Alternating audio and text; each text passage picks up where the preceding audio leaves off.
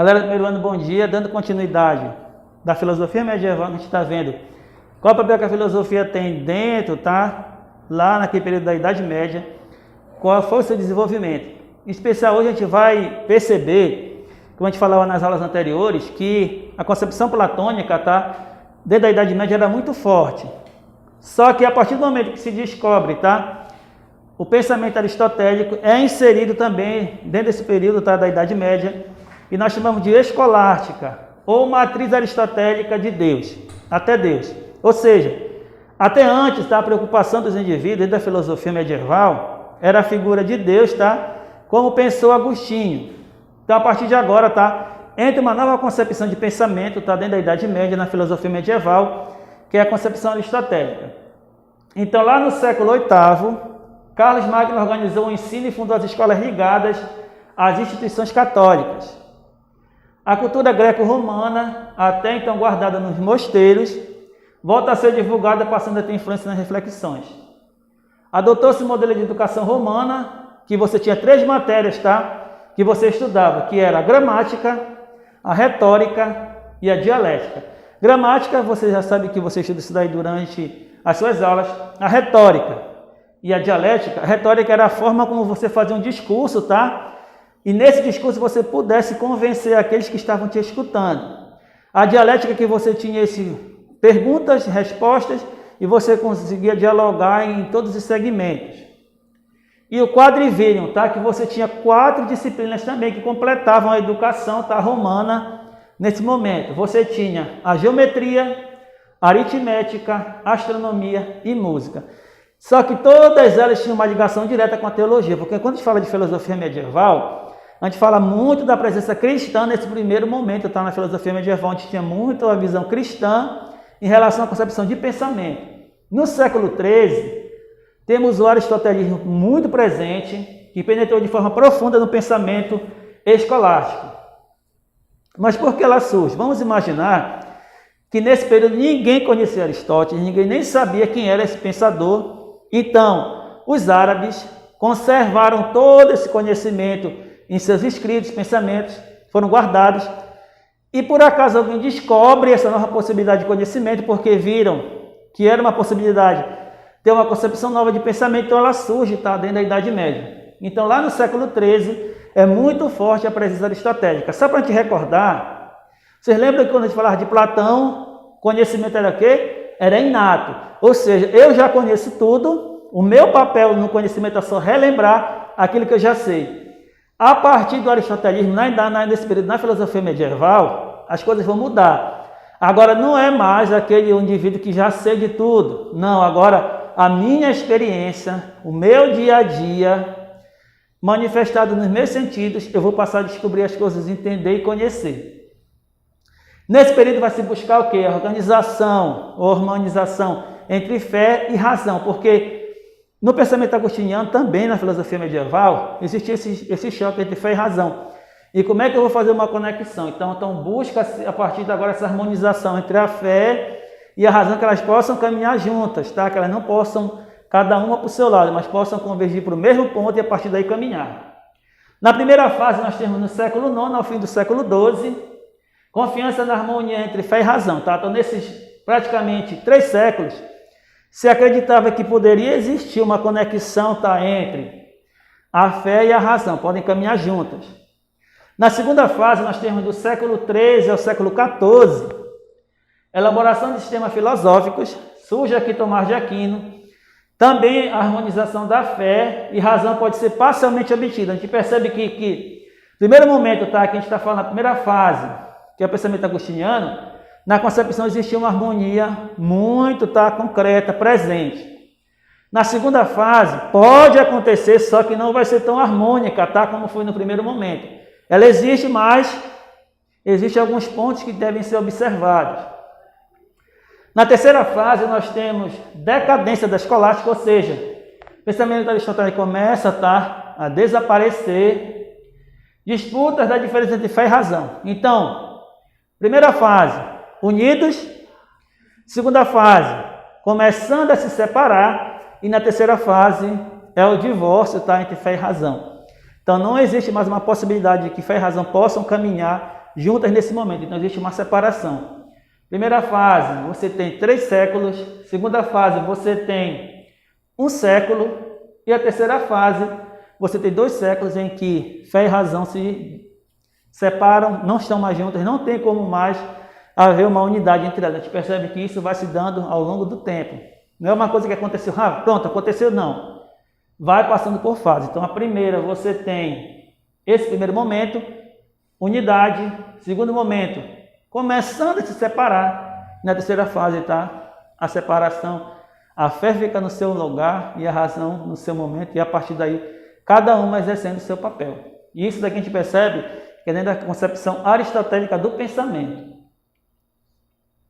Agora existe também nesse momento o que nós chamamos questões dos universais. O que seria isso? Seria um estudo, tá, da linguagem. Lembra daquele estudo que a gente viu? Gramática, retórica, dialética e exame das coisas. Geometria, aritmética, astronomia e música. Trivírio, quadrivírio, tá? 3 formas no trivírio, que era como você estudava. Quadrivírio você tem aquelas 4 formas de você entender e caminhar no mundo. E existe uma pergunta fundamental, tá? Qual a relação entre as palavras e as coisas? Vamos imaginar. Isso aqui é o quê? Caneta?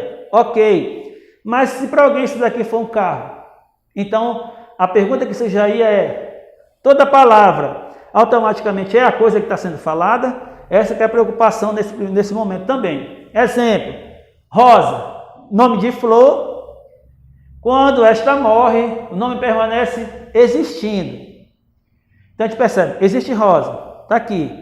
Sumiu, morreu a rosa, mas o nome continua rosa, independente dela morrer ou não, está lá o nome pronto, rosa.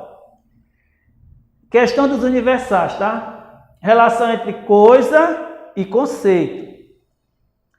Então a gente percebe a coisa, se isso daqui é uma caneta, como coisa, então o conceito sempre vai ser o mesmo, não vai mudar. Caneta sempre vai ser caneta, não tem essa mudança, tá? O que acontece agora? Realismo.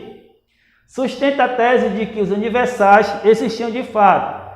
Ou seja, o que eram os universais? Não pode esquecer isso, que é a relação entre coisa e conceito. Exemplo: a bondade e a beleza seriam modelos ou moldes. A partir disso se criariam as coisas boas ou más.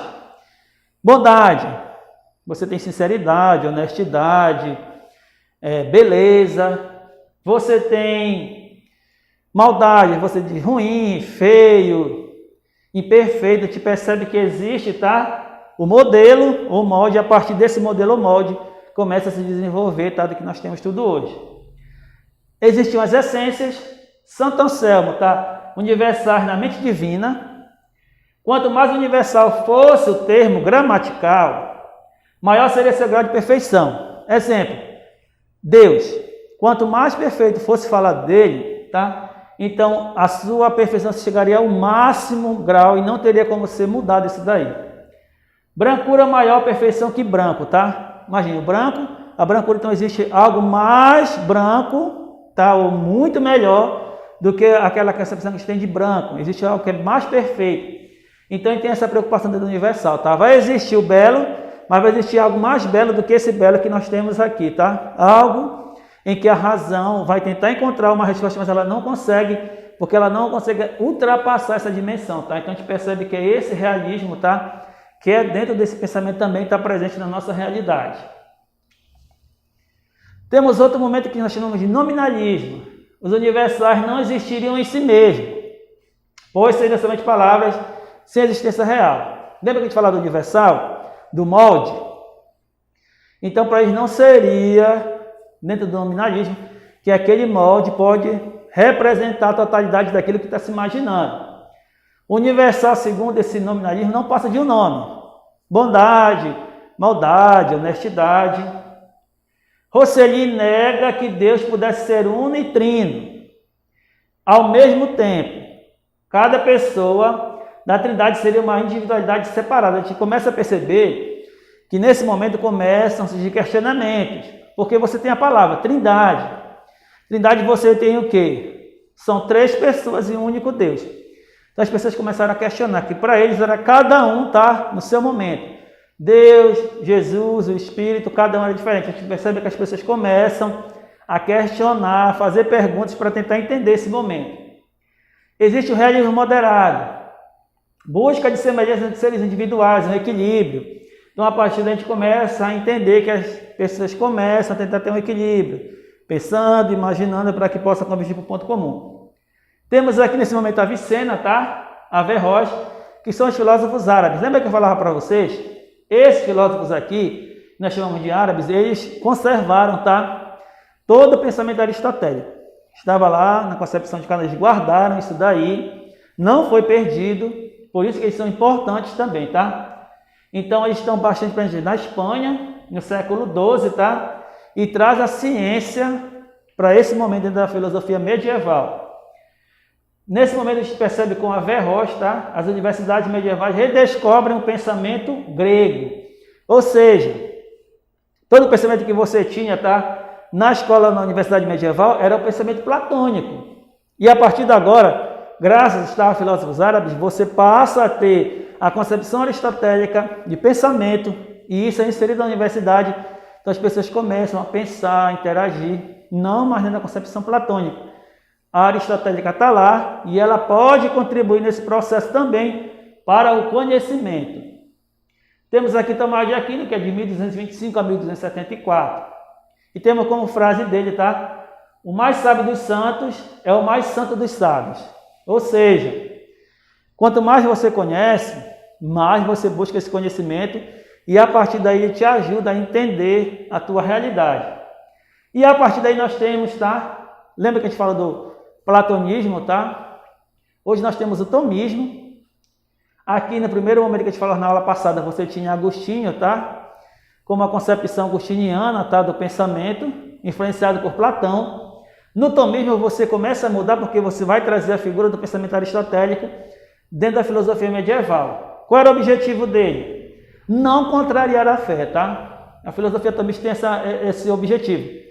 Lembra que está tendo uma discussão, tá? Entre fé e razão, mas o tomismo objetivo maior, tá? Não é para contrariar essa fé, é acreditar que ela tem um papel a desenvolver desde esse primeiro momento na filosofia medieval. Qual era a finalidade? Organizar um conjunto de argumentos para demonstrar e defender as revelações do cristianismo. Ou seja, vou falar de alguma coisa, mas eu tenho que ter um conhecimento defendendo e tenha conceitos que possam contribuir, tá? Nesse momento que eu estou falando. Tomás vai reviver o quê? O pensamento de Aristóteles, em busca de argumentos para explicar a fé cristã. Lembra que a gente falava que Platão está lá nessa concepção de pensamento, Agostinho bebe dessa fonte platônica, ele apresenta a concepção, tá, do pensamento platônico, imbuído de cristianismo. No caso de Tomás de Aquino, ele faz a mesma coisa, só que ele faz o quê? Ele não se baseia em Platão, mas no pensamento aristotélico que o mundo árabe trouxe, tá, para as universidades na filosofia medieval. E ele faz da filosofia um instrumento a serviço da Igreja Católica, ou seja, a filosofia está lá, então ela pode ser inserida dentro do pensamento cristão e a partir daí desenvolver todos os seus conceitos. Então esse é o papel que o tomismo tem para nós, é importante não esquecer disso. Quais são os princípios básicos? Primeiro, da não contradição. O ser é ou não é. Isso é azul, isso é vermelho. Então, o azul nunca vai ser vermelho, o vermelho não vai ser azul. Não tem que ter uma contradição. Se isso aqui é azul, no outro lado também tem que ser azul. Não pode ser preto, amarelo. Não pode ter contradição naquilo que você apresenta. Não existe nada que possa ser e não ser ao mesmo tempo, sob o mesmo ponto de vista. Azul, azul. Azul não pode ser preto. Então, tem que ser a mesma coisa que você fala, tá? Não pode acontecer uma não contradição. Princípio da substância. Substância é a essência de uma coisa. Sem ela não seria aquilo que é. Imaginemos a bondade. Então, qual é a substância da bondade? Honestidade, verdade, tá? E o segundo momento que poderia acontecer, que é o acidente, que é a qualidade não essencial, acessória do ser. Bondade, maldade. Dentro da bondade, de repente, se aparecesse alguma atitude maléfica, isso a gente chamaria de um acidente. bom, de repente tem o mal. Esse momento da maldade que surgiu naquele indivíduo, isso se chama de acidente. Então a gente percebe, de repente alguém tem uma atitude, esse indivíduo era assim, era uma pessoa boa, de repente ele teve essa atitude. Para esse momento na concepção tomista, isso era um acidente. Aconteceu em determinado momento esse acidente, por isso que ele ou esse indivíduo teve essa manifestação, e nesse acidente a gente percebe essas nuances, numa bondade existe a maldade, a indiferença e outras coisas mais. Princípio da causa eficiente, seres contingentes, não possuem em si a causa ou a causa eficiente de sua existência, depende do ser necessário. Vamos imaginar uma coisa bem básica, nós existimos, certo? Quem nos criou? Aí nesse caso daí, se a gente está dentro da concepção, que esse momento medieval foi Deus. Então, nós somos seres contingentes, nós existimos por causa de um ser maior. Nesse caso, na concepção desse período, seria Deus. Princípio da finalidade, função ou finalidade. Razão do ser, a causa final. Exemplo, nascemos, crescemos, desenvolvemos e depois morremos. Então, esse processo, tá? Princípio da finalidade. Temos um princípio, um meio, e depois chegamos num fim. Então, isso não vai mudar essa concepção da finalidade. Sempre vai ser a mesma, vai caminhar no mesmo segmento, tá? Início, meio e fim. Outra coisa que ele apresenta para nós é o princípio de ato e potência. Ato, a existência atual do ser. Potência, capacidade real do ser. E a mudança, que a gente chama de, que seria a passagem, tá? Da potência para o ato. Ou seja, você agora, primeiro ano, quer ser médico. Beleza. Eu quero ser engenheiro. Legal. Na concepção aristotélica, você ainda está em potência. Ou seja, vai ainda ser. Quando você chegar, terceiro ano, universidade, fez o seu Enem, passou, entrou na universidade, então o teu ato de querer ser se tornou uma potência. Você é o médico a longo prazo. Ou seja, esse conceito vai estar constante na nossa realidade. Potência e ato. Vir a ser e o ser que você é. Hoje, nesse caso, hoje você é estudante do primeiro ano, depois você vai do terceiro. Eu já queria estar no terceiro. Ótimo, então você ainda está em potência para o terceiro ano. Quando você chegar no terceiro ano, a tua potência se tornou um ato. Então a gente percebe que esse é o princípio do ato e potência. O que é e o que vai ser. Quero ser e se tornar o que você imagina, ser médico, engenheiro, mas primeiro em potência, depois se torna ato. A gente percebe que esses dois conceitos estão presentes na concepção aristotélica. Ser e essência. Elementos estranhos, tá?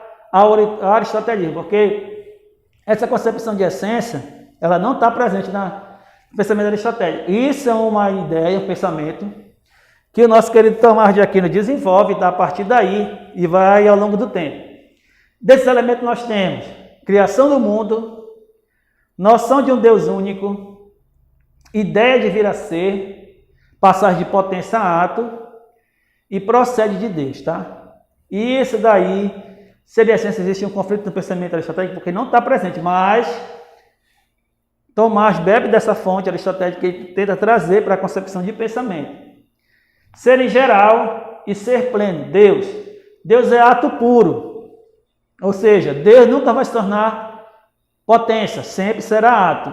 Não tem como mudar isso daí. Não há o que realizar ou atualizar em Deus, pois Ele é completo. Tá? Não tem como acontecer uma possibilidade dentro da concepção de Deus. Eterno, eterno para sempre. Deus é ser e o mundo tem ser. Ser e na realidade existe alguma presença desse sagrado no mundo, tá? Mas esse que está presente, desse sagrado no mundo, não quer dizer que ele seja um pequeno Deus, não. Existe algo, tá? De sagrado no mundo. Deus é o ser que existe como fundamento da realidade das outras essências, tá? Em Deus, tudo acontece. De Deus tudo parte, de Deus tudo é, porque Deus Criador se desenvolve ao longo do tempo. A existência de Deus ele vai apresentar para nós em 5 vias. Primeira via que ele chama a prova seria motor imóvel. Tudo que se move é movido por alguém. Imagina, você tem seu pai tem um carro ou uma motocicleta, você liga, dá o primeiro contato, começa a partir de acelerar, anda. Esse é o motor que impulsiona o carro, tá? No primeiro motor imóvel é diferente. É um motor que move, mas sem ser movido por alguma coisa. Tudo a ter o primeiro motor, que deu início ao movimento existente, que porque ninguém foi movido. Esse motor é Deus. Um exemplo, se a gente pensar a criação do mundo, tá, o mundo está aí, não existe, o mundo é nada. De repente, numa atitude de Deus, lança isso daí, as coisas começam a se desenvolver. Mas não quer dizer que Deus foi empurrado por alguém, não. Ele já é o motor imóvel, então dele as coisas começam a existir. É o primeiro motor, tá, que impulsiona as coisas. Isso a gente chama a primeira via para provar a existência de Deus. Segunda via, causa eficiente. Todas as coisas que existem no mundo, tá, dependem de alguma coisa. É necessário admitir a existência de uma primeira causa eficiente, responsável pela sucessão de efeitos. Essa causa é Deus. Um exemplo, o mundo está aí, se desenvolveu, então teve uma primeira coisa que fez tudo isso. Cresceu, se desenvolveu, existe, então essa causa eficiente que é Deus, fez as coisas acontecerem. Se a gente fosse pensar na concepção da ciência, ela não acreditando nessa causa eficiente, dizia o quê? Foi uma grande explosão, foi uma evolução da espécie, isso é dentro da ciência. Nesse momento que a gente está falando na concepção tomista, que essa causa que faz tudo existir é Deus. A gente percebe essa preocupação, lembra porque a preocupação do Tomás de Aquino, da filosofia tomista, é provar a existência de Deus. Então a gente está através de 5 vias para mostrar isso acontecendo. Temos a primeira via, que é um motor imóvel que move tudo. Temos uma segunda, que existe uma causa eficiente que faz as coisas existirem, tá? Terceira via, um ser necessário e contingente. É preciso admitir, tá, que há um ser que sempre existiu antes de tudo. O mundo está aí, mas antes desse mundo já existia alguém que fazia as coisas acontecerem, tá? E esse ser gerou tudo que tem hoje na nossa realidade, nesse caso Deus gera as coisas. Nem todos os seres podem ser desnecessários, senão o mundo não existiria. Se imaginar, árvore, cachorro, um gato, uma baleia, ele existe por alguma causa, tá? E tudo isso daí é graças a Deus que as coisas existem. Primeira via, motor imóvel. Segunda via, causa eficiente. Terceira, um ser necessário e contingente que faz as coisas acontecerem. Quarta via, um ser perfeito. Vamos imaginar, se existe a perfeição, nessa quarta via existe um ser mais perfeito ainda, que faz com que todas as coisas aconteçam no dia a dia. A gente percebe que essa maior grau de perfeição, na concepção tomista, seria Deus, tá? Não tem como você imaginar um ser que outras coisas não pudessem existir. E esse ser é Deus. E a quinta via, ele chama grau de perfeição, tá? Inteligência ordenadora. Existe uma ordem no universo que é facilmente verificada. Então, dessa organização toda, se existe uma perfeição em tudo que você olha hoje no mundo, tudo que você vê como belo, você imagina que tem algo maior do que isso daí. E esse daí ele chama de, na quinta via, que é o grau da perfeição. A gente percebe que desde o início, motor imóvel, contingente, uma causa eficiente, um ser perfeito e um grau de perfeição, a gente percebe que foi a forma que ele encontrou, bebendo da fonte, tá, aristotélica, para apresentar, porque a preocupação dele era provar que Deus existe, e as 5 vias foram essas possibilidades que ele deu, tá, dentro da filosofia tomista, influenciada pelo pensamento aristotélico, para provar que existe a possibilidade de você falar de Deus, tá, através dessas 5 vias. Lembrando que a gente está falando de filosofia medieval e Idade Média. É o primeiro momento que o homem está se preocupando, tá, e ele também encontrar uma forma de explicar a existência de Deus nesse primeiro momento. Então, galera, bom estudo para vocês. Esse nosso slide vai estar também na Agenda Edu, para a gente dar uma olhadinha, para a gente aproveitar bastante. Valeu, galera, bom dia e bons estudos.